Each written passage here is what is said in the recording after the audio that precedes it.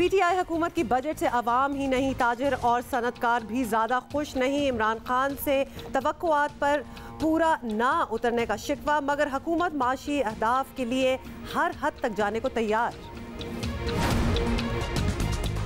और रुकन असेंबली महजबीन शीरान की कोशिशें रंग ले आईं। बलोचिस्तान असेंबली में डे केयर सेंटर बनेगा। महजबीन को बच्चा साथ लाने पर बलोचिस्तान असेंबली से निकाल दिया गया था।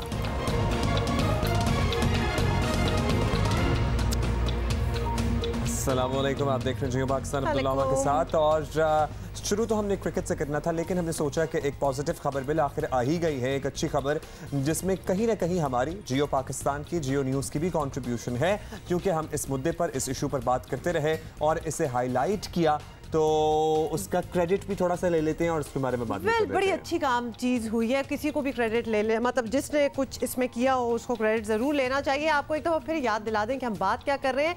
रुकन बलोचिस्तान असेंबली महजबीन शीरान का एहतजाज और कोशिशें रंग ले आई। वज़ीर आला बलोचिस्तान ने सूबाई असेंबली में डे केयर सेंटर के क़याम की मंजूरी भी दे दी है। हमें खुशी है कि जियो पाकिस्तान ने भी इस मामले में महजबीन शीरान की आवाज़ के साथ आवाज़ मिलाई थी। अगर आप लोगों को याद हो, ख़वातीन अरकान असेंबली अब अपने बच्चों को यहाँ रख सकेंगी। और वज़ीर आला बलोचिस्तान के मुशीर ने बताया कि ख़वातीन अरकान असेंबली के कमसिन बच्चों के लिए असेंबली में जल्द डे केयर सेंटर बनाया जाएगा। और एक ऐसी प्रेसिडेंट्स हैं जो बाकी सूबों को भी फॉलो करनी चाहिए। जबरदस्त कुछ अर्से पहले रुकने असेंबली महजबीन को अपना बेटा साथ लाने पर बलोचिस्तान असेंबली से निकाल दिया गया था, जिस पर महजबीन शीरान ने एहतजाज किया था। उनका कहना था कि बच्चा बीमार था, माँ होने के नाते वो बीमार बच्चे को घर पर अकेला नहीं छोड़ सकती थी।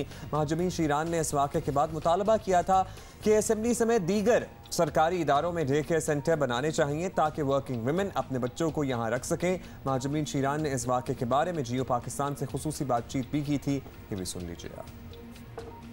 इस दिन कुछ इस तरह हुआ कि मैं अपना बच्चा लेके गई, तबीयत उस दिन सही नहीं थी, तो मैंने कहा आज मेरे साथ रहेगा। वैसे अमूमन मैं नहीं लेके जाती क्योंकि सेशन भी चल रहा है, वो भी अटेंड करना है, तो यहाँ बैठी रहूँगी तो फिर वहाँ पे मेरा वो नहीं हो जाएगा। तो मैं इसको लेके हाउस के अंदर गई। मैं हाउस के अंदर गई तो वहाँ पे असेंबली का जो स्टाफ है उनकी तरफ से कोई आया कि आप अपना बच्चा लेके चले जाएं बाहर, क्योंकि यहाँ पे इजाज़त नहीं है किसी दूसरे को सिवाय मेंबर ऑफ पार्लियामेंट के। फिर बाद में हमारे मेंबर ऑफ पार्लियामेंट मेल में से कोई आया मेरे पास कि आप अपना बच्चा लेके चले जाएं, ऐसा ना हो कि फिर शोर शराबा हो, फिर मसले हो यहाँ पे। अच्छा जी, ये तो आपने देख लिया। ये तो उनका उस वक्त का मौक़िफ़ था जो उन्होंने सारा किस्सा हमारे साथ खुलकर बयान किया। और अब ये फैसला सामने आ गया है कि एक day care centre Balochistan assembly में कायम किया जाएगा। बलोचिस्तान रुकन असेंबली ने कवानीन में तब्दीली की बात तो की थी, साथ ही उनका कहना था कि वर्किंग खवातीन के बारे में हमें अपने माशरती रवैये दुरुस्त करने की ज़रूरत भी है। और उन्होंने कहा अफसोस की बात है कि हमारे यहाँ आज भी खवातीन को बराबरी के मौके नहीं दिए जा सकते। ज़रा ये भी सुन लें। रवैयों को बदलने की ज़रूरत है।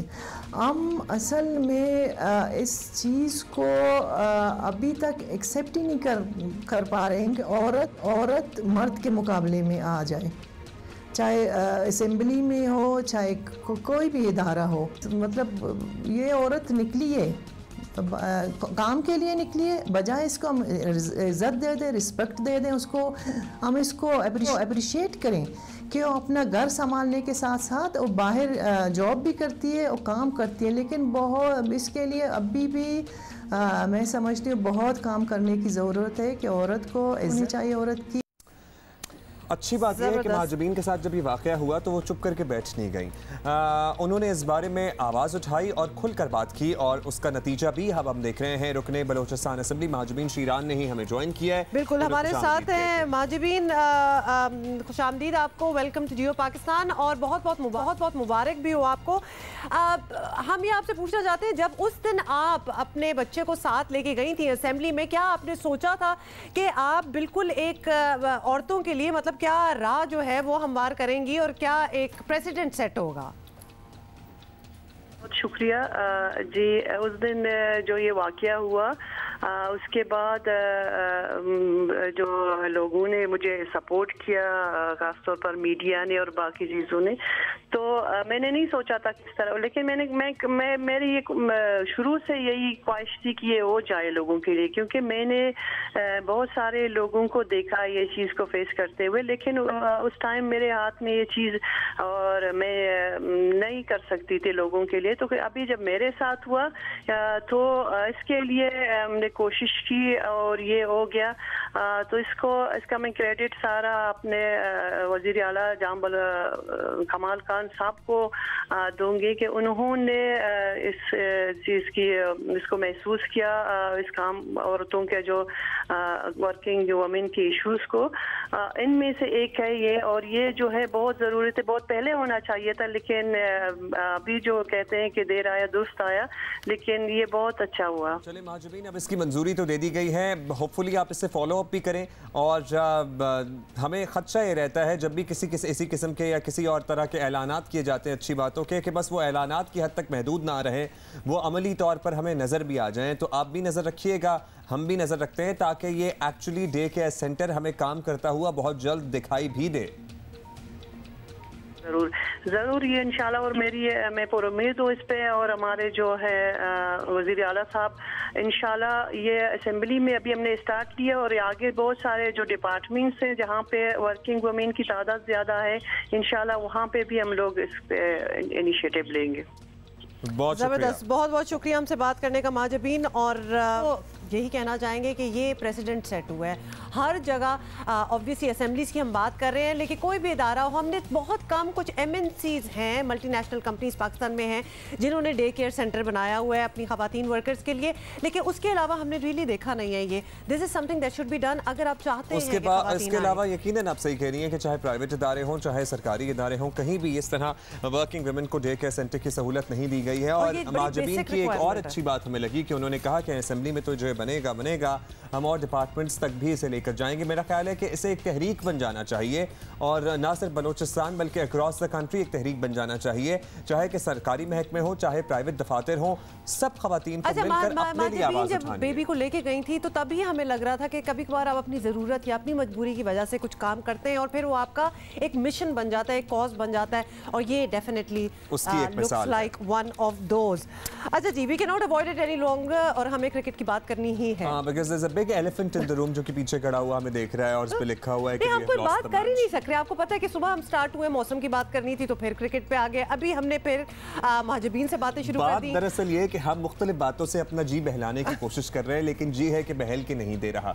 देखिए, लेकिन आज जब मैं सुबह घर से निकली हूँ तो मुझे यही कहा जा रहा था, मेरे हस्बैंड भी मुझे यही कह रहे थे कि भाई होपलेस नहीं होना, because it was not a bad match. अच्छा मेरी बात सुने, ऐसा करते हैं कि हम एक और मेहमान को अपने साथ मिलाते हैं और हम तीनों बैठ के नजर गम कर लेते हैं, हम गप्पे लगाते हैं। और अब्दुल रज़ाक हमारे साथ है। वेलकम, क्या हाल है आपका?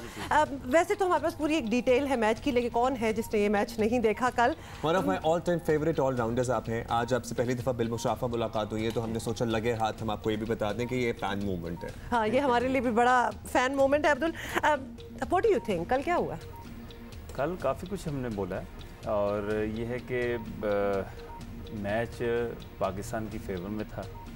जब शुरुआत हुई तो टॉस जीत के जो फैसला किया ना बैटिंग का, ठीक है, हर बंदे की अपनी राय होती है, तो अगर ये बैटिंग करते तो ज़्यादा अच्छा होता, क्योंकि 22 ओवर तक कोई विकेट नहीं गिरी, इसका मतलब फ्लैट ट्रैक था। और पाकिस्तान की बॉलिंग स्ट्रेंथ है। जब बॉलिंग स्ट्रेंथ हो तो फिर आपको बैटिंग पे चांस नहीं लेना चाहिए, फिर बॉलिंग पे छोड़ देना चाहिए। तो इनको पहले बैटिंग करते तो बॉलिंग हमारी सेव कर सकती थी मैच, तो वही हुआ। पर फिर भी ओवरऑल हमने देखा फाइट हुई है, पर हसन अली और वहाब ने जिस तरह बैटिंग की है, उन्होंने मैसेज दिया है कि हमारे टॉप बैट्समैनों को ऐसे खेली जाती है क्रिकेट। अच्छा अब्दुल रज़ाक, ट्विटर पे अगर सोशल मीडिया पे अगर आप देखें तो एक चीज़ जो कि कंसिस्टेंट है, ऑब्वियसली लोगों के 2000 व्यूज़ हैं, लेकिन एक चीज़ जिस पे बात हो रही है और वर्ड्स भी यूज़ हो रहे हैं, बैड कैप्टेंसी।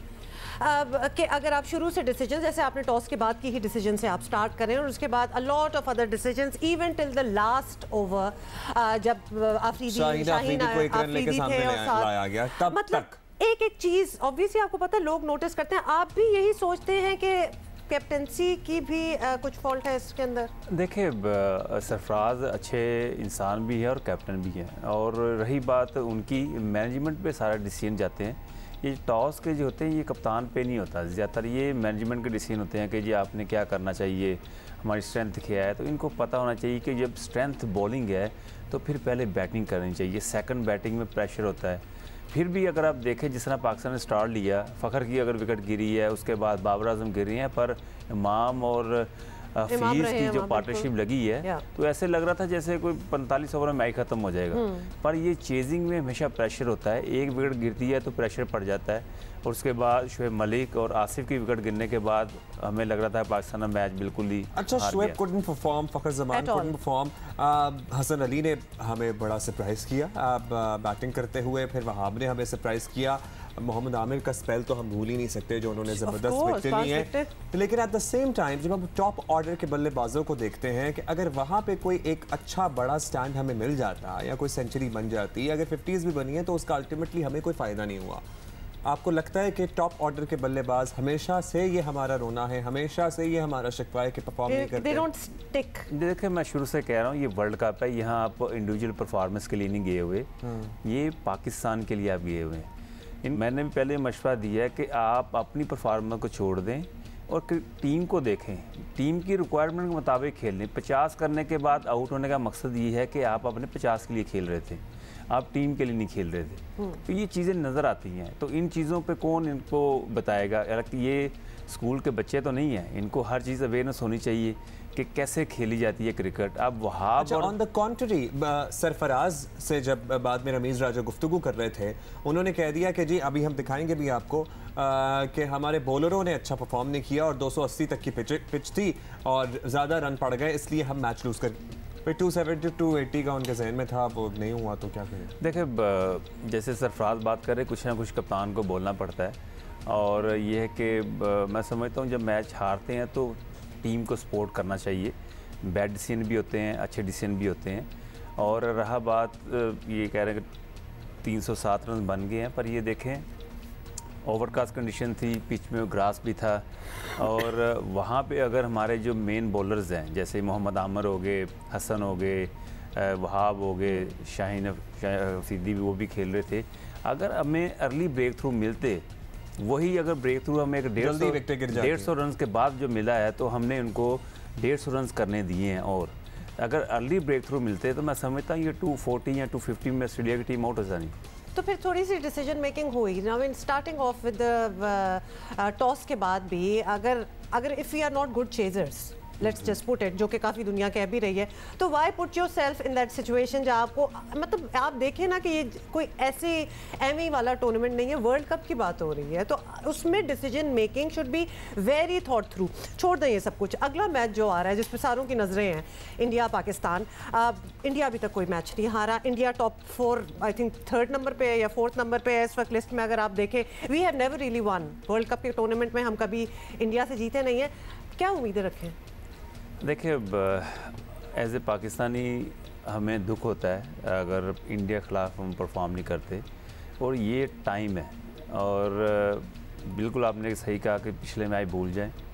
इंडिया के साथ हमारा क्रंच मैच है।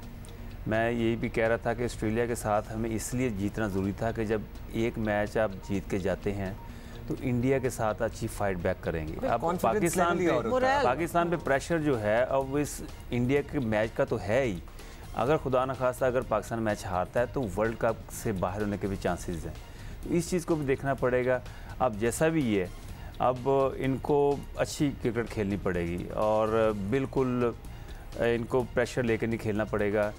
ये हमारी अवाम के जज्बात हैं, हमारे जज्बात हैं, हम जैसा भी हों हम इनको क्रिटिसाइज़ भी करते हैं, इनके तारीफ़ें भी करते हैं, पर इंडिया के ख़िलाफ़ इनको अच्छा खेलना पड़ेगा और इनको मैच जीतना पड़ेगा। अच्छा रज़ाक, शेखर धवन अनफिट हो गए, स्क्वाड से बाहर हो गए, तो उसका कितना फ़ायदा हो? वैसे तो किसी के अनफिट होने पे खुश नहीं होने चाहिए। नहीं, कुछ नहीं होता, कर लो। मतलब तो हम शादाब के बारे में भी साथ ही बता दें कि अगले मैचेस में उन्हें आना चाहिए या बाहर ही बैठना चाहिए? What is your suggestion? देखें, एज ए क्रिकेटर इनको अनचेंज टीम जाना चाहिए था ऑस्ट्रेलिया के खिलाफ, क्योंकि आप इंग्लैंड के खिलाफ मैच जीते हुए हैं, एक कॉम्बिनेशन बना हुआ है, प्लेयर्स में कॉन्फिडेंस बिल्ड हो जाता है। अब विकेट को देख के, ओवरकास्ट कंडीशन देख के आपने चेंज कर दी, इसका मतलब है कि आप ट्रस्ट नहीं करते शादाब पे। अब शादाब के ज़हन में ये है कि जी पिच के मुताबिक उसको खेलना पड़ेगा। अगर आप पास में चले जाएं तो जितने अगर मैंने 265 वनडे खेले हैं तो मैं पिच के मुताबिक नहीं खेले, मैंने कंटिन्यू खेले। जब आप कंटिन्यू खेलते हैं तो फिर आप में कॉन्फिडेंस बिल्ड होता है। तो ये इन चीज़ों को देखना पड़ेगा। वर्ल्ड कप है, यहाँ पे एक्सपेरिमेंट कम करें, यहाँ पे जो यूजफुल प्लेयर है उनको खिलाएं, उन पर कॉन्फिडेंस रखें। ठीक है, एक आधी चेंजिंग बनती है वो आप कर लें, पर इस तरह नहीं कि शादाब आप लेग स्पिनर भी अच्छा है, विकेट टेकिंग बॉलर भी है, बैटिंग भी वो कर लेता है। अगर कल के मैच में शादाब खेल रहे होते शाहीन शाह अफरीदी की जगह तो मैं समझता हूँ उसने भी 1-2 विकेटें ले लेनी थी, पर बैटिंग का आपको एज होता और जिस तरह मैच हम क्लोज हारे हैं तो हम जीत सकते थे। अच्छा, फाइनल बहुत ही एंड में तो लग रहा था जब तक वो रिव्यू नहीं लिया था इन्होंने वहाँ पे आज वाला कि हम जीत ही जाएंगे, क्यों वहाँ पे उससे बड़ी थी। अब अच्छा, मगर मुझे एंड में हुआ है ना, वरना मैंने कुछ सवाल करना था अब्दुल रज़ाक से। बहुत अच्छा, एक जल्दी से पूछ लूं क्योंकि ऑब्वियसली जब परफॉर्मेंस ये हो और आपको पता है कि हर कंपैरिजन हमारा 92 के वर्ल्ड कप से चल रहा है, प्लीज तो किसी ने no I need to ask, मैंने बायकॉट कर देना है अगर 92 का लिखा हुआ था सोशल मीडिया पे कि 92 के वर्ल्ड कप में भी चौथा मैच जो था हम इसी तरह हारे थे। ऑब्वियसली सुपरस्टिशंस हैं, लोग अपने आप को एंटरटेन कर रहे हैं, आप कोई कंपैरिजन तो नहीं करते ना? नहीं, ऐसी बात नहीं है। ये जो क्रिकेट है वो क्रिकेट इस क्रिकेट में फ़र्क है बिल्कुल, और ये है कि आपको अच्छा खेलना पड़ेगा और पॉजिटिव खेलें, अपने लिए कम खेलें, टीम के लिए खेलें, यही मैसेज है बस बिल्कुल। नो मोर बहानास जी, जो आप जिस काम के लिए गए हैं वो करें। को मैं अनफ्रेंड कर चुका हूं जो 92 के कंपैरिजन के स्टेटस पे मैं बहुत एंजॉय कर रही हूं। अब्दुल रज़ाक बहुत बहुत शुक्रिया आपका इधर आने का और थैंक यू सो मच। ज़्यादा आया करें, हां प्लीज कम टू अस, हमें बड़ा मजा आता है। सुबह उठा रहे हैं आप। अभी हम आपको और उठाएंगे, there is a lot of cricket left in the World Cup still. India के मैच में दोबारा बुलाते हैं आप। हां, बनता तो है, रात को इनसे जल्दी छुट्टी ले लिया। ठीक है, मैं इधर सुबह जाने इधर ही सो जाता हूँ। बेस्ट ही हो गया। देखिए हमारे तो ये डिसीजंस हो गई हैं इधर। अच्छा जी, we will move on now और मीम्स के हवाले से ही हम एक बात कर रहे हैं, तो आपने कुछ हमें जनाब आईसीसी वर्ल्ड कप 2019 के 3 मैच अब तक बारिश की नजर हो चुके हैं। मजीद मैचेस के बाद के भी मुतासर होने का खतरा। इससे पहले 1992 और 2003 के अच्छा अभी रहने दे, हम इनसे भी बातें कर रहे हैं। कंपैरिजन आ गया। इससे पहले कंपैरिजन आ गया 1992 और 2003 के वर्ल्ड कप में दो मैचेस बारिश की नजर हुए थे। क्रिकेट के मद्दाहों ने आईसीसी से एहतजाज के लिए अनोखा तरीका अपनाया है। क्या अब आप भी कुछ बता दें? अच्छा जी, सोशल मीडिया या जो भी साइट्स हैं सोशल मीडिया की साइट्स पर अब दिखाते जाए ना साथ साथ आप मीम्स। तो ये जी कुछ मीम्स चल रही हैं और मीम्स के ज़रिए आईसीसी का मजाक भी बनाना शुरू कर दिया है। मैच सिचुएशन इन इंग्लैंड और क्या दिखाइए नीचे, ये देख लें, कश्ती पूरी बनी हुई है और पिच को हाल देखें आप जरा। आपको पता ना कि वहाँ कितनी स्पेकुलेशन है फॉर बारिश एंड ऑल दैट। तो चाहे जो भी मौसम हो हम तो खेलेंगे match. This is good, this is really good. ये देख लें अब्दुल रज़ाक कि आप देख रहे हैं कि इधर क्या चल रहा है कि ये एक हमारा क्रिकेट वर्ल्ड कप जो है स्विमिंग कंपटीशन बन गया है। तो पीपल आर एक्चुअली, मेरा ख्याल है कि क्या करें जब हैविंग अ गुड टाइम, क्या जब दिल जला हो तो फिर आपको किसी तरीके से तो अपने आप को तसल्ली देनी है। और ये भी डूबा हुआ है बीच में वर्ल्ड कप का, पूरी ट्रॉफी जो है ये बांग्लादेश वर्सेस श्रीलंका का इन्होंने किया है इंसिनुएट। तो ये भी साथ साथ लिख दिया था। अच्छा, और ये भी लिख दिया था rain will qualify for the match, यानी बारिश तो चल ही रही है।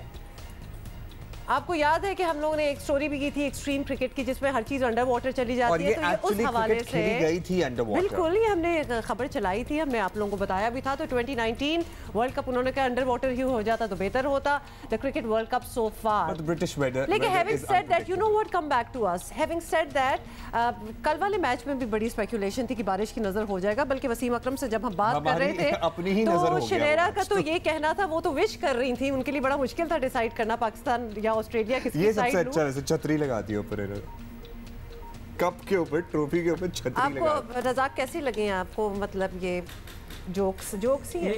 इसमें आप देखें, सोशल मीडिया को आप रोक नहीं सकते, हर बंदा कंप्यूटर पे बैठा हुआ है और ठीक है जब पाकिस्तान जीतता है तो आप यही चीज़ें पॉजिटिव की तरफ आना शुरू हो जाती है।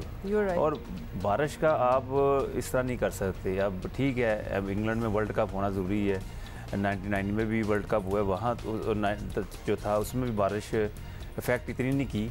पर ये कि मुझे उम्मीद है कि नेक्स्ट आने वाले मैचों में ये जो रेन्स का है ये सिलसिला होपफुली रुक जाएगा। हाँ बिल्कुल, और कल वाले में भी तो रुक ही गया, बारिश तो हुई नहीं। ये तो हम में ही शायद मसला था जो हम कर ना सके। एनीवे जी, हम ब्रेक ले रहे हैं और ब्रेक में हम अब्दुल रज़ाक के साथ तस्वीर खिंचवाएंगे और फिर फ़ौरन से पोस्ट करेंगे ट्विटर पे, सो वेट फॉर दैट।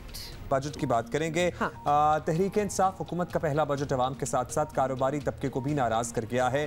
कई तजावीज़ पर ताजर बिरादरी खुश नहीं। दूसरी जानिब मुशीर खजाना ने कहा कि मौशी अहदाफ के हुसूल के लिए कुछ लोगों को नाराज करना हुआ तो तैयार है। बाय द वे, बजट की डिस्कशन तो एक तरफ जो कमीशन बनाने की बात हो रही है, मुझे लग रहा है कि कमीशन पे ज्यादा बात हो रही है बजट से।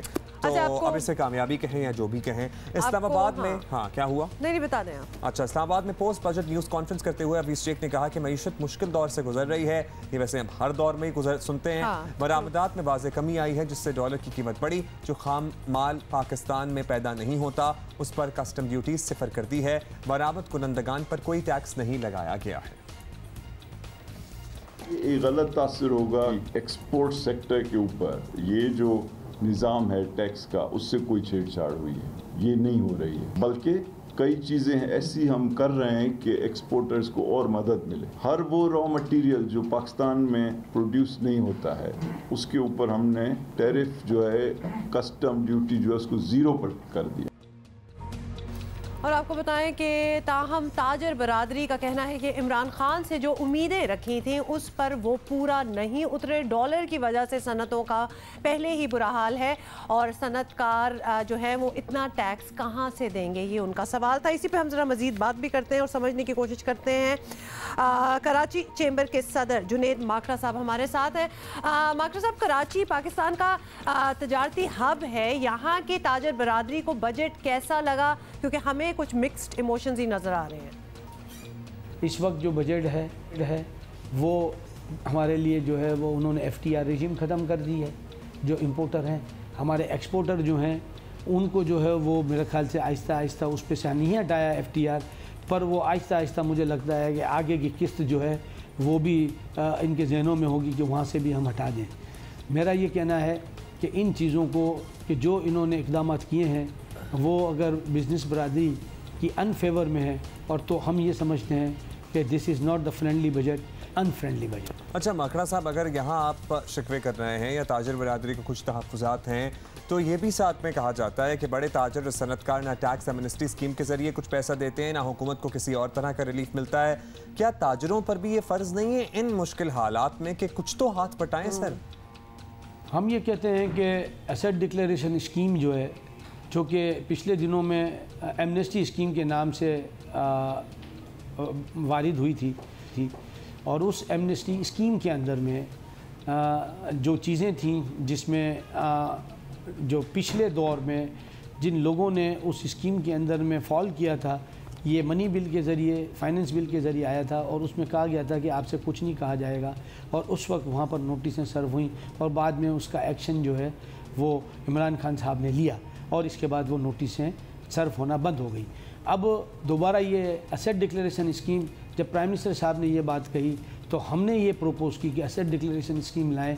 अब एसेट डिक्लेरेशन का मतलब ये है कि चाहे वो फिक्स एसेट्स हो या करंट एसेट्स हो, कोई भी एसेट्स है वो हमारे पास अगर है तो हम मुल्क की मईशत में उसका रोल प्ले करने के लिए हम डिक्लेरेशन का, बेशक हर इंसान को इस एसेट डिक्लेरेशन स्कीम का हिस्सा बनना चाहिए, अपनी चीज़ों को वाइट करना चाहिए। ब्लैक इकोनॉमी को हमने ख़त्म करना है, जब ये हमारी मईशत संभलेगी। हम 80% ब्लैक इकोनॉमी पे जा रहे हैं, 20% हमारी वाइट इकोनॉमी है, क्योंकि इकोनॉमी जनरेट करने का, ब्लैक मनी जनरेट करने का जो फार्मूले हैं वो ऑलरेडी बिल्ट इन थे। इसमें किसी इंसान का, किसी सिटीज़न का कसूर नहीं है। ये जो एडमिनिस्ट्रेशन जो चलाते हैं उनका कसूर था कि जो इन्होंने इसके अंदर में एक प्रोविज़न बिल्टअप रखा था। अब उनकी समझ में आया, प्रोपोज ज़रूर की हमने और उसको माना भी गया। मेरी भी ये गुजारिश है और इसके अंदर में आप हिस्सा लें।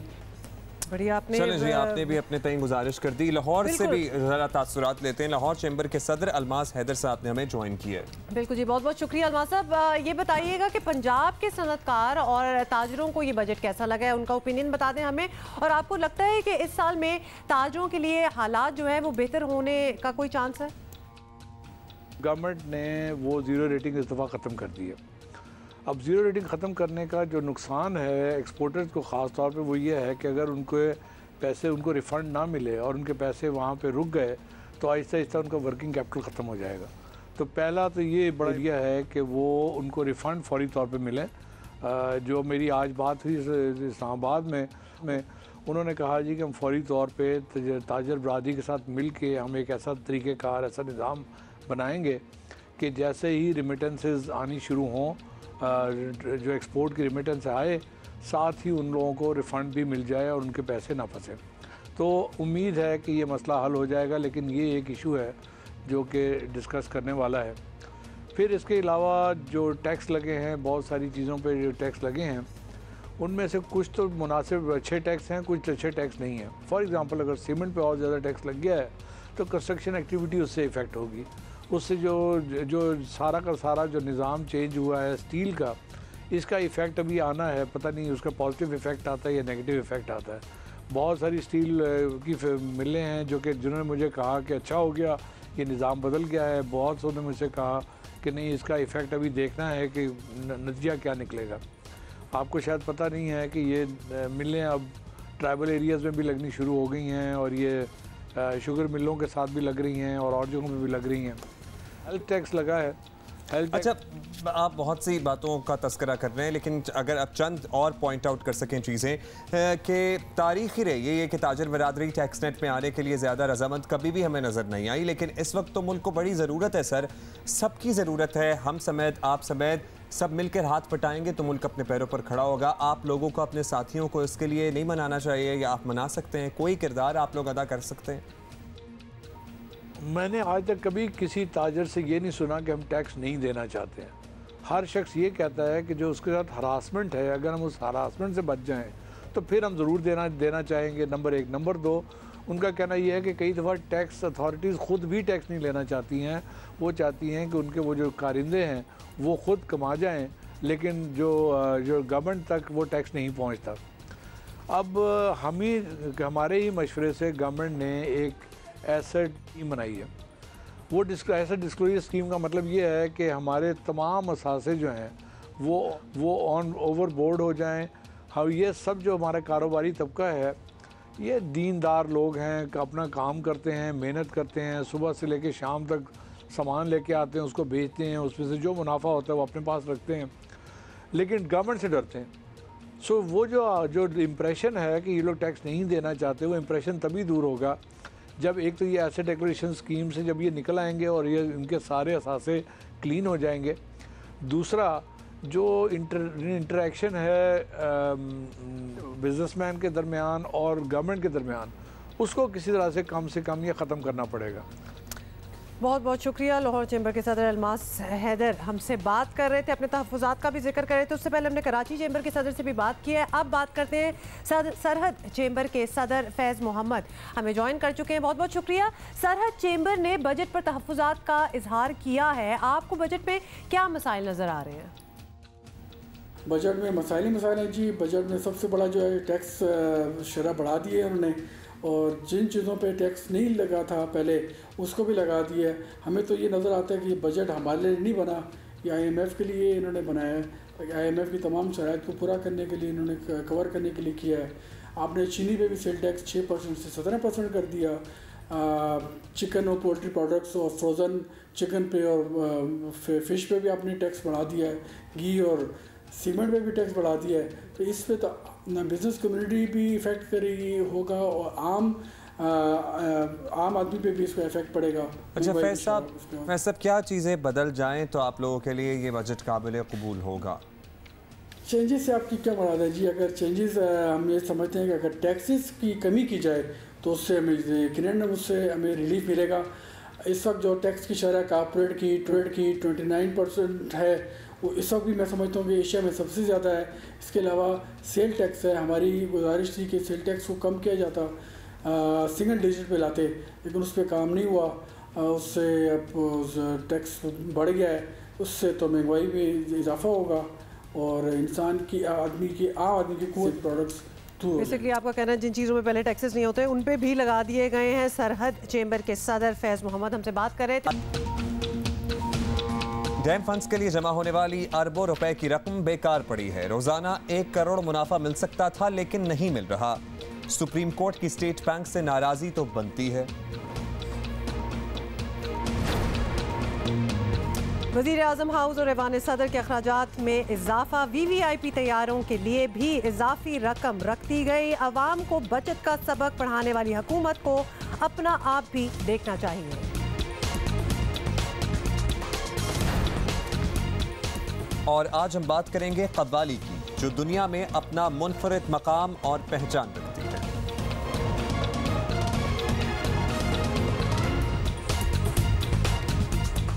So now you know what to expect later in the show. Surprisingly अब जो हमने विजुअल्स अभी आपको दिखाया कव्वाली की पहचान और मकाम की, तो उसमें अबू मोहम्मद और फरीद अयाज साहब की ज़्यादातर तस्वीर हमारी स्क्रीन की भी जीनत बनी। तो आज इन दोनों के साहबजादे, इनकी जो अगली नस्ल है जिनका एक अपना कव्वाल ग्रुप है, वो जियो पाकिस्तान का मेहमान होगा। And they are so excited to be here. We are so excited to hear them. लेकिन कुछ खबरें पहले होंगी और उसके बाद इतनी देर वो तैयारी पकड़ रहे हैं। तो जल्दी से आपको बता दें, let's start with one of our top stories, जिसमें हम भी ज़रा हैरान हो गए क्योंकि कुछ चीज़ें, कुछ मुहिम इतने जोश से स्टार्ट होते हैं लेकिन कोई फार साइटेड प्लानिंग हमें बाद में नज़र नहीं आती। जैसे कि आपको बताएं कि दया मीर भाषा और मोहम्मद डैम की तामीर के लिए जमाशुदा अरबों रुपए पर रोजाना 1 करोड़ मुनाफा मिल सकता था, जो नहीं मिल रहा।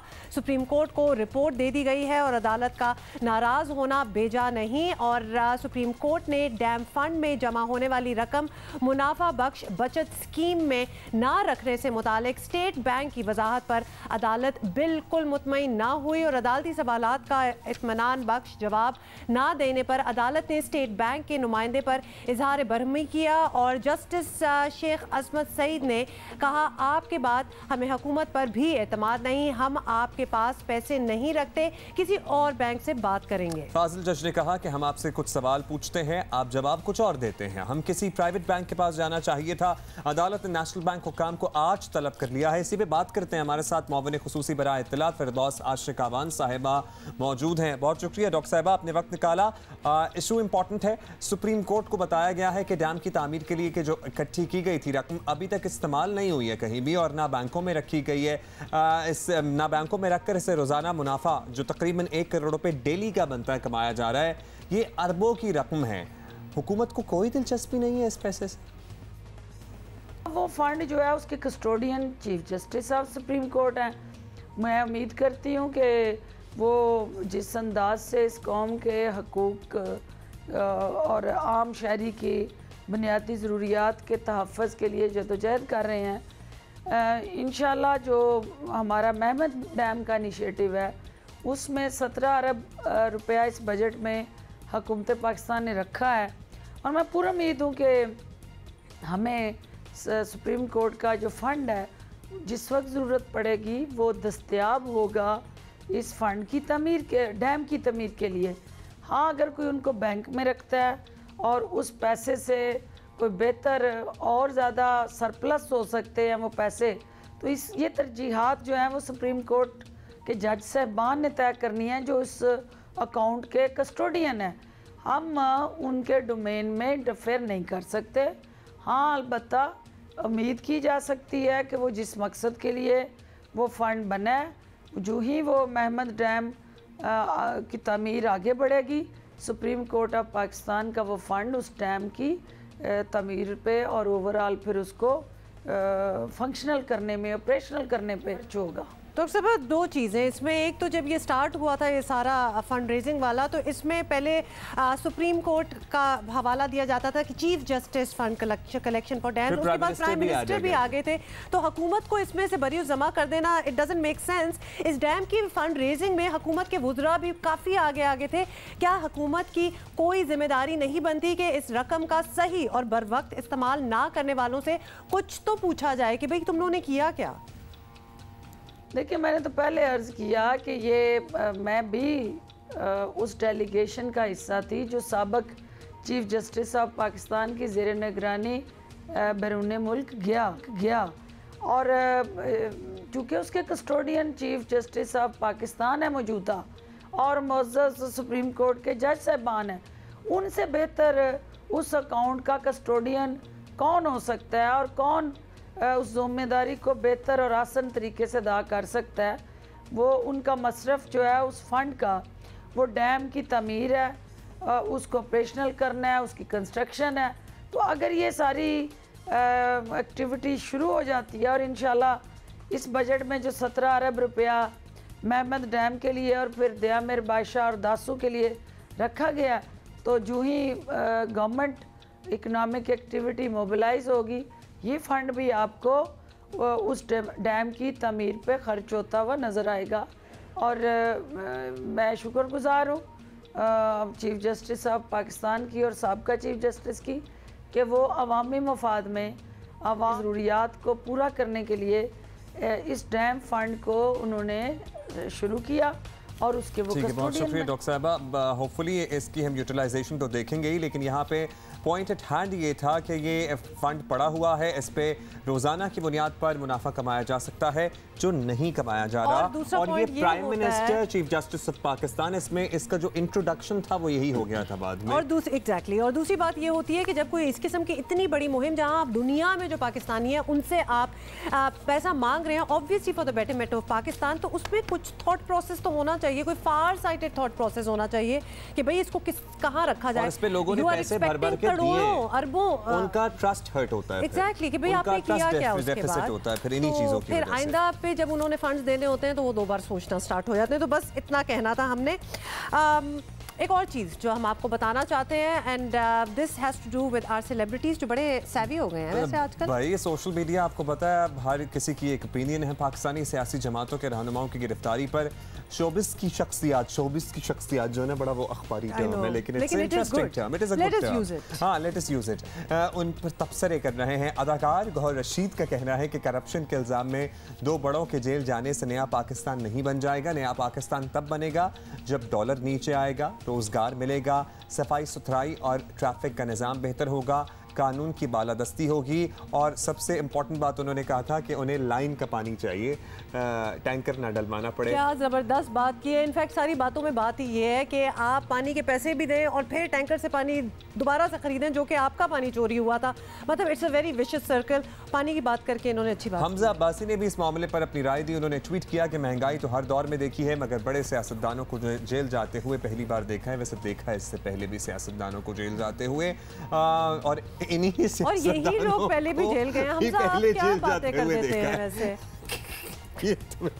अच्छा जी, एक फनी हो गया। बिल्कुल जी हमजा की आपने ये ट्वीट पढ़ ली, और उनमें एक और ट्वीट है, उसमें लिखा है कि करप्ट लोगों के जेल जाने से पैसा वसूल होगा और कोई दूसरा आइंदा करप्शन करने से घबराएगा। Hamza we hope for that, we haven't seen it happening, sorry. या but I like the fact के इंटरेस्ट है, so everybody has an interest. भाई जो पाकिस्तान में रहता है, तो मुझे ये यकीन है कि हम माशाल्लाह जो हमारी कौम है ना, we are politically very aware and savvy, तो हमारा इंटरेस्ट भी बहुत ज़्यादा है। और अगर हमारे स्टार जो इतने इन्फ्लुएंशियल हैं, लोग उनको फॉलो करते हैं, वो भी अच्छी बातें अगर कर जाएँ तो क्या ही बात है, अगले को समझ भी आ जाती है। और चीज़ें हमारे पास बहुत सारी हैं, वक्त हमारे पास कम है। इश्तियाल अंगेज़ तकरीर के केस में ज़मानत पर रिहा होने वाले बानी MQM के मुताल्लिक तहकीकात जारी हैं। मगरब में इस नौयत का केस छोटा मोटा नहीं होता, सख्त सजाएं मिलती हैं। और लंदन में बरतानवी पुलिस ने अल्ताफ हुसैन को जमानत पर रिहा कर दिया। स्कॉटलैंड यार्ड ने उनसे मुख्तलिफ सवालात किए, ताहम अल्ताफ हुसैन ने लंदन पुलिस के सवालात का कोई जवाब नहीं दिया। बानी MQM ने पुलिस को सिर्फ अपने नाम, तारीख पैदाइश और घर के पते की तस्दीक की है। दौरान तफ्तीश अल्ताफ हुसैन के वकला भी उनके साथ थे। बरतानिया में पाकिस्तान के वकील टोबी कैडमन ने कहा कि अल्ताफ हुसैन के खिलाफ शवाहिद तफसीली और काबिल एतबार हैं। और आपको ये भी बताएं कि बानी MQM को कैद हो सकती है क्या, वहाँ बातें हुई, ये जरा आप देख लें। I have seen the evidence, I have reviewed all of the evidence from the parties, and I can say that it presents a compelling case. It is my assessment that there is sufficient evidence to charge Altaf Hussain for a number of charges. He will be brought before a magistrate and he will face trial. Now, what we have to understand is that that's not a process that's going to take days or weeks, it will take months. So we will then see him facing trial. आपको जल्दी से बता दें, if you have missed it, गुज़िश्ता शाम अल्ताफ हुसैन को ज़मानत पर रिहा कर दिया गया था। और क्राउन प्रोसिक्यूशन सर्विस का कहना है कि फ़र्द जुर्म आयद करने के लिए अल्ताफ हुसैन के खिलाफ शवाहिद नाकाफ़ी हैं और फ़िलहाल उन पर फ़र्द जुर्म आयद नहीं की जा सकती, लेकिन तहकीकात जारी रहेंगी। मुर्तज़ा अली शाह से हम बात करेंगे, ब्यूरो चीफ जियो न्यूज़ लंदन है। शुक्रिया मुर्तज़ा। अल्ताफ़ हुसैन पुलिस की हिरासत में एक और दिन रहे और ज़मानत से पहले उनसे क्या पूछा गया, इनका क्या कहना था? सबसे पहले तो यही हम आपसे जानना चाहेंगे, ज़मानत इनकी हुई किस बुनियाद पर है? जी, मुत्तहिदा कौमी मूवमेंट के बानी को सदक पुलिस स्टेशन जो आपको हमारे पीछे नज़र आ रहा है, यहाँ पर उनको तकरीबन 36 आवर तक यहाँ पर उनको कस्टडी में रखा गया और उसके बाद पुलिस ने अनाउंस किया कि उनको वो जो नाकाफ़ी शवाहिद की बुनियाद पर उनको ज़मानत पर रहा कर रहे हैं। जो उनकी गिरफ़्तारी है मुत्तहिदा के बानी की, वो सेक्शन 44 जो क्रिमिनल एविडेंस एक्ट है 2007 का, उसके तहत आई और पुलिस का ये कहना है कि ये उनकी गिरफ़्तारी जो है वो इंसाइटमेंट टू वायलेंस या incitement to encourage violence in another jurisdiction, उस कानून के तहत आई है, जिसका मतलब ये है कि मुत्तहिदा के कायद ने जो 2016 की एक स्पीच की थी लंदन से, उस हवाले से उनकी ये इन्वेस्टिगेशन है।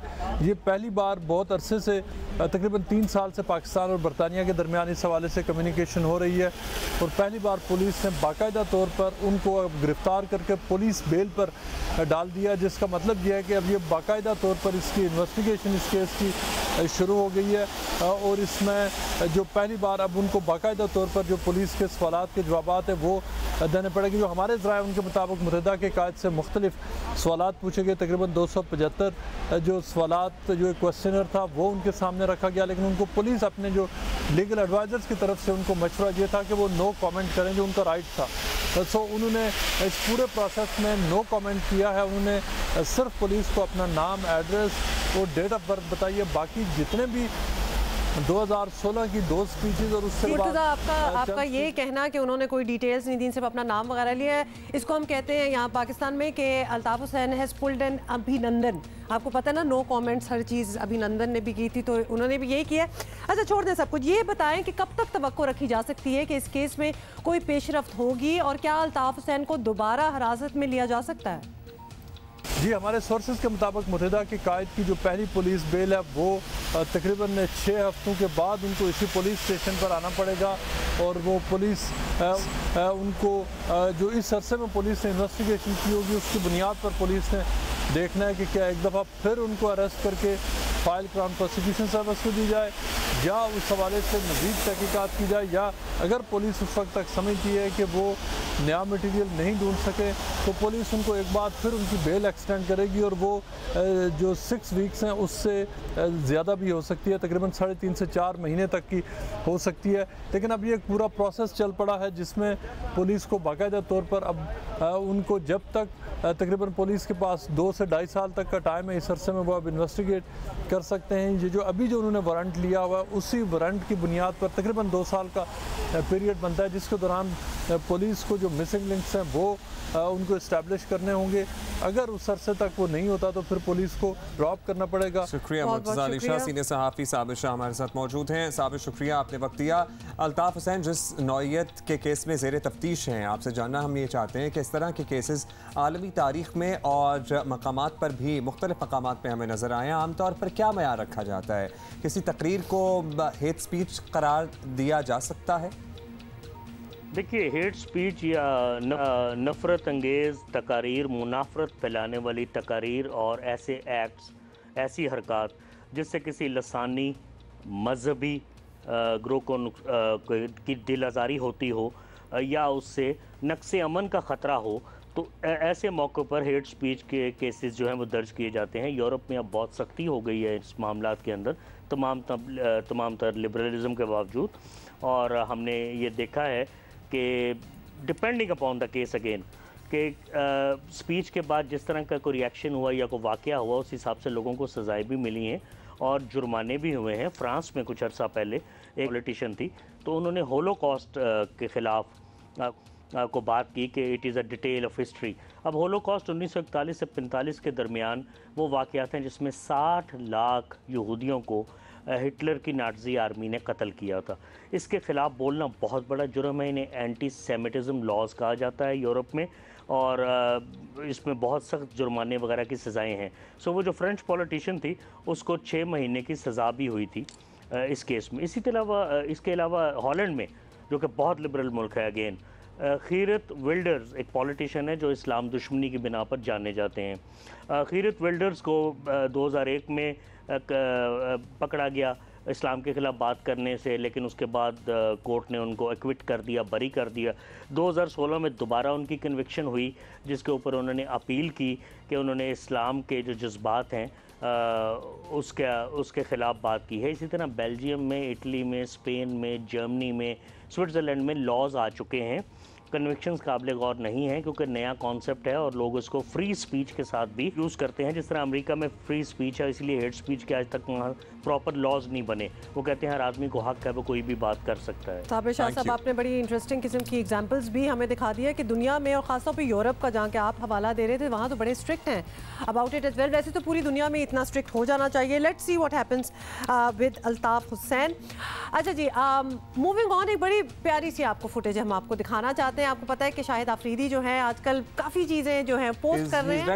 He is very active on social media. और जब बच्चे बड़े हो जाते हैं ना, तो मेरा ख्याल है कि सोशल मीडिया अकाउंट जो है ना बच्चों के हाथ पे चले जाते हैं। तो शायद ये बच्चों के हाथ में ही हो, क्योंकि बच्चों की बड़ी वीडियोस लग रही हैं। यहाँ दिखाया जा रहा है जी, शाहिद आफरीदी जो है वो अपने फैमिली के साथ सवात गए हुए हैं और जहाँ वो क्रिकेट खेल रहे हैं और खासतौर पर बेटियाँ क्रिकेट खेल रही हैं। तो दिस इज वेरी इंटरेस्टिंग, क्योंकि अभी उनकी किताब भी आई है और हम काफी बड़ी तनकीद भी लोगों ने की कि जब इन्होंने कह दिया कि मैं प्रोफेशनल क्रिकेट अपनी बेटियों को नहीं खेलने दूंगा, but he has no problems otherwise, you know, when they play, जैसे कि वीडियो भी उन्होंने खुद ही शेयर की है। पब्लिक स्पेस और इससे पहले भी आपको पता है कि वो रमजान में भी वो उम्रे पे गए हुए थे बच्चों के साथ और वहाँ से भी खासी वीडियोस इनकी आ रही थी। So it is really cute, it is a cute site.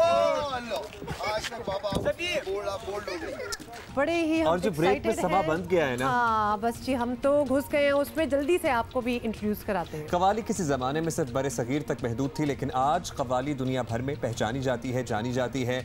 Ali Adnan मारूफ अदीब, सहाफ़ी, मुक़र्रिर, मुहक्किक और दानिश्वर हैं। कव्वाली को आलमी सतह पर मुतारिफ करवाने के लिए इनकी बड़ी खिदमात हैं, काविशें हैं। मुख्तलिफ यूनिवर्सिटीज़ में कव्वाली, इसकी तारीख़ और सकाफ़त पर, कत्थक डांस की बात करते हैं, इन सब असनाफ की बात करते हैं, सेमिनार्स का अहतमाम करते हैं। ख़ास तौर पर कव्वाली और तसव्वुफ़ इनका अहम मौजू है। आज वो हमारे साथ हमारे मेहमान हैं। New York university, university of London, university of Manchester, university of Texas, Vanderbilt university, इन सब जगहों पर इनके लेक्चर्स होते रहते हैं। विजिटिंग फैकल्टी का भी हिस्सा है मुख्तलिफ जगहों पर। Welcome to the show. Thank you so much. Welcome. और माशाल्लाह सबसे पहले तो आप ही के बारे में पूछ लेंगे। आप मतलब इतनी जगह पढ़ाते भी हैं, आपने बताया आपका एक्चुअल काम जो है इंजीनियरिंग से रिलेटेड है। पंजाब यूनिवर्सिटी में भी आप आते हैं, यहाँ भी विजिटिंग, आप लेक्चर्स वगैरह देते हैं, इतना कुछ कर लेते हैं, तो ये कव्वाली में और इसमें कैसे इंटरेस्ट? जहाँ तक इंजीनियरिंग है उससे तो रोज़ी रोटी चलती है, ठीक है। लेकिन जो ज़िंदगी में खुशी सुकून है, जो इंटरेस्ट है, वो म्यूज़िक, कल्चर, हिस्ट्री है। और कव्वाली मुझे बहुत ज़्यादा पसंद है। ख़ास तौर पे कव्वाली इस खानवादे की जो आज हमारे साथ बैठे हुए हैं, गयूर, मोइज़, मुस्तफ़ा कवाल और पार्टी। ज़बरदस्त। डेलिस से आप आए हैं, हाँ तो जी, डेलिस में भी, वहाँ भी पाकिस्तानियों में इतना इंटरेस्ट है इन चीज़ों का? हाँ जी, वहाँ पे ये बच्चे साल में 1-2 दफ़ा आते हैं और जब आते हैं तो अगर 5 दिन हैं तो 6 प्रोग्राम होते हैं इनके। ये बताइएगा अली भाई, आपने तो ज़ाहिर है जब से शुरू किया, लेकिन उन लोगों को कव्वाली के बारे में बताना जिन्हें ना हमारी ज़ुबान समझ आती है, जिनका ताल्लुक़ ना हमारे मज़हब से है, वो एक्सपीरियंस कैसा रहता है? कितना इंटरेस्ट है इन यूनिवर्सिटीज़ में नौजवानों को इस मीडियम में, इस जॉनरा में? अब्दुल्ला, देखें, पहली बात तो ये कि इंटरेस्ट बेहद है।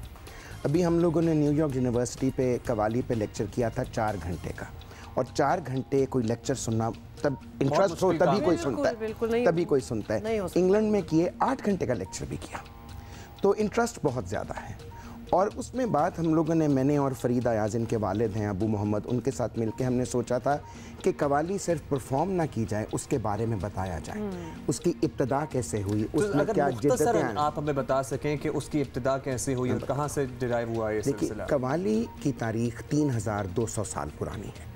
सो सबसे पहली बात तो ये कि ये इस्लाम से पहले की चीज़ है, और ओवर द ईयर्स इसको मंतर पढ़े गए, श्रोता पढ़े गए, उसके बाद समा की शक्ल आई, तो 13वीं सदी में हज़रत अमीर खुसरो ने इसको यकजा किया और जगह जगह बरे सगीर पाक व हिंद जो इलाका है, जो कव्वाली पढ़ी जाती थी, उसके असूल, कवायद, ज़वाबित मुरतब किए और कव्वालों की एक पार्टी तैयार की, जिसका एक बच्चा मियाँ सामद बिन इब्राहिम लीडर था।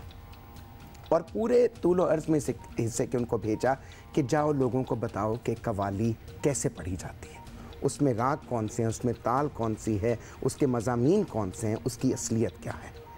अब इस्लाम के साथ इसका ताल्लुक़ दो वजह से हुआ। पहले तो ये कि कवाली प्यार, बर्दाश्त, सुकून का गीत है और इस्लाम भी बर्दाश्त, दोस्ती, प्यार का दीन है। जो हमने माहौल यहाँ सेट किया हुआ है ना अपने स्टूडियो में, उसमें निकलने में भी बड़ा टाइम लग जाता है। आधी ब्रेक तो उसी में लग गई। अली अदनान हमारे साथ हैं, गयूर मुइज़, मुस्तफ़ा कवाल एंड पार्टी हमारे साथ हैं, उनको सुनेंगे। लेकिन एक खबर पहले जल्दी से हम जरा इसको आपको अपडेट कर दें। वज़ीर आज़म हाउस और ऐवान सदर के अखराजात बढ़ा दिए गए। VVIP तैयारियों के लिए भी मजीद रकम मुख्तस हो गई है। हुकूमत का किफ़ायत शारी का पैगाम बस आवाम के लिए ही है। पहला बजट तहरीक इंसाफ ने पेश किया है, लेकिन बजट को समझने के लिए आपको मैं ये बताना चाहता हूँ कि ये वो बजट है जो नज़रिए के ऊपर जो नज़रिया है नया पाकिस्तान का, ये उसकी अक्कासी करेगा। अखराजात में कमी पर खुसूसी तवज्जो दी जाएगी ताकि बुनियादी खसारा 0.6% तक रह जाए। सिविल और अस्करी हकाम ने अपने अखराजात में मिसाली कमी का ऐलान किया है। इमरान खान की किफ़ायत शारी मुहिम, वज़ीर आज़म हाउस में ना रहने और उसे यूनिवर्सिटी में तब्दील करने के ऐलानात अपनी जगह। फ़िलहाल वज़ीर आज़म ऑफिस ने ना सिर्फ पिछले बजट में मुख्तस करदा रकम से ज़्यादा खर्चा कर दिया है, बल्कि नए बजट में इजाफी रकम भी मांग ली है। और इसी तरह ऐवान सदर के बाग की देखभाल के लिए भी 4 करोड़ 60 लाख रुपए मुख्तस किए गए हैं, जो वज़ीर आज़म हाउस के मुकाबले में बहुत ज़्यादा है। ऐवान सदर की गाड़ियों पर आइंदा माली साल के दौरान 4 करोड़ 10 लाख रुपए खर्च किए जाएंगे। वज़ीर आज़म हाउस के मुकाबले में इस मद में खर्च की जाने वाली रकम भी ज़्यादा है। इसके अलावा हुकूमत ने 2 VIP तैयारों की मरम्मत और बहाली के लिए 41 करोड़ रुपए की ग्रांट मंजूर कर ली है। ये तैयारे वज़ीर आज़म इमरान खान और सदर आरिफ अलवी के ज़ेरे इस्तेमाल हैं। तो बहुत सी की बातें, लेकिन उसके बाद ये सब कुछ PTI रहनुमा फ़ारूक हबीब से बात करते हैं। जी, फ़ारूक हबीब हमारे साथ हैं। फ़ारूक, सबसे पहले तो ये बताइएगा कि वज़ीर आज़म हाउस और ऐवान सदर के अखराजात बढ़ाना तो किसी तरह किफ़ायत शारी में नहीं आता। वज़ीर आज़म खुद ये करें और आवाम से किफ़ायत शारी की तवक्को रखें, ये किस तरह चलेगा? ये कैसे मुमकिन होगा? पिछली हुकूमत जो मिफ्ता इस्माइल साहब बजट बना के गए, उसके अंदर उन्होंने भी एक बार फिर वज़ीर आज़म हाउस का, वज़ीर आज़म सेक्रेटेरिएट का जो बजट मुख्तस किया वो 1 अरब 13 करोड़ था। लेकिन जो खुशी की बात यह है कि वज़ीर आज़म साहब ने उन अखराजात को कट किया और 1 अरब 13 करोड़ रुपए का बजट था जो कि प्राइम मिनिस्टर ऑफिस और प्राइम मिनिस्टर हाउस खर्च कर सकता था, लेकिन प्राइम मिनिस्टर ने सिर्फ उसमें से 75 करोड़ खर्च किए, जिसमें से 80% उस बजट का भी जो है वो प्राइम मिनिस्टर ऑफिस और प्राइम मिनिस्टर हाउस के जो मुलाजमीन हैं, जो कि प्राइम मिनिस्टर हाउस बंद पड़ा हुआ है लेकिन वहाँ पर उसको मेंटेन करने के लिए, उसको चलाने के लिए वहाँ पर कुछ मुलाजमीन मौजूद हैं, उनकी तनख्वाहों के अंदर जो है वो 80% जो है वो दायर हुआ। इसका मतलब ये है कि प्राइम मिनिस्टर ने पिछली हुकूमतों से पैसे कम खर्च किए हैं, जो कि 41% ऑफ एक्सपेंडिचर बनता है प्रीवियस ईयर की गवर्नमेंट के साथ। तो मैं समझता हूँ कि प्राइम मिनिस्टर ने किफ़ायत शारी की एक आला मिसाल रखी है। प्राइम मिनिस्टर का वज़ीर आज़म इमरान खान का कोई कैंप ऑफिस नहीं है। वज़ीर आज़म जो है वो अपने घर के अंदर रहते हैं, उस घर के तमाम तर खाने पीने के अखराजात प्राइम मिनिस्टर खुद अदा करते हैं। इसी तरीके से प्राइम मिनिस्टर के अंदर बनी गाला के अंदर जो है वो फेंसिंग हुई, उस फेंसिंग के पैसे जो है वो प्राइम मिनिस्टर के PTI ने, जो हमारे फंड्स डोनर्स हैं, उन्होंने कंट्रीब्यूट करके अदा किए। प्राइम मिनिस्टर ने जो अपने घर के नीचे सड़क टूटी हुई थी वो सड़कों से खुद बनवाई। अब ज़ाहिर फेंसिंग तो अपने घर की कर रहे हैं तो वो खुद ही रकम अदा करनी चाहिए। लेकिन ये बता दीजिए फ़ारूक के वज़ीर आज़म हाउस को यूनिवर्सिटी बनाने का मंसूबा भी फ़िलहाल पूरा नहीं होता हमें नज़र आ रहा, क्योंकि वज़ीर आज़म हाउस के लिए तो अखराजात की अच्छी खासी रकम बजट में रख दी गई है। अब हमें ये भी ताज्जुब है कि वो खाली पड़ा है लेकिन फिर भी इतनी मेंटेनेंस के लिए पैसे चाहिए। तो यूनिवर्सिटी वगैरह की जो बातें थी, should we forget all that? देखिए, जो वज़ीर आज़म हाउस है वहाँ पर रहता कोई नहीं है और वज़ीर आज़म हाउस के साथ मोहल्का ऑफिसेज़ हैं, जो वहाँ की एक इस्टेब्लिशमेंट है, वहाँ का एडमिन ब्लॉक है, वो उसे वहाँ पर चला रहे हैं। लेकिन मैं समझता हूँ कि अभी तक जो प्राइम मिनिस्टर हाउस है, वो जो कोई हमारे स्टेट गेस्ट आते हैं, जो बैरून ममालिक के सरबराहान आते हैं, उनको वेलकम करने के लिए, उनके साथ मीटिंग्स के लिए इस्तेमाल हो रहा है। लेकिन वज़ीर आज़म साहब ने जो है वो यूनिवर्सिटी बनाने के लिए एक कमेटी बनाई हुई है। इंशाल्लाह वो ख्वाब भी उनका शर्मीर होगा। चलें जी, वो ख्वाब भी हम पूरा होपफुली होता हुआ देखें। Thank you. अली अदनान हमारे साथ मौजूद हैं और जबरदस्त कव्वाल पार्टी हमारे पास। मैं बड़ी क्यूरियस थी अली अदनान, क्योंकि आप इतना फिरते रहते हैं, डेली से आए, तो what has brought you here? यहाँ पे हमें कुछ फंड रेजिंग कर रहे हैं। एक ऑर्गेनाइजेशन है इदारा तालीम व आगही ITE, तो उनके लिए हम फंड रेजिंग कर रहे हैं और ये 2000 सन में इदारा कायम हुआ था और ये लोग पब्लिक सेक्टर यानी सरकारी स्कूलों में जाकर जहाँ तालीम का मयार ठीक नहीं है वो ठीक करते हैं, उन स्कूलों के असातिज़ा को ट्रेन करते हैं। वंडरफुल। चिल्ड्रंस लिटरेचर फेस्टिवल मुनक्कद करते हैं। बिल्कुल, बड़ा मशहूर है और हमने इसके बारे में सुना भी हुआ है। अली, हमारे पास टाइम बहुत कम रह गया है। पर एक बात, जी जी जी, कल शाम कराची में एक बड़े मकामी होटल में हम इनका फ़ंड रेज़र कर रहे हैं जिसमें गयूर मोइज़ मुस्तफ़ा कवाल मेरे साथ परफॉर्म करेंगे।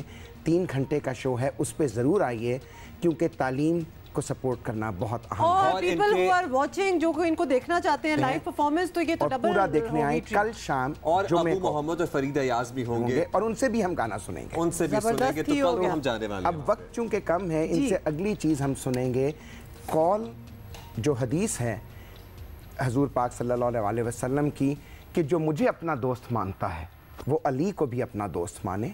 तो शायरी के एतबार से ये कॉल है, मौसीकी के एतबार से ये कलबाना है।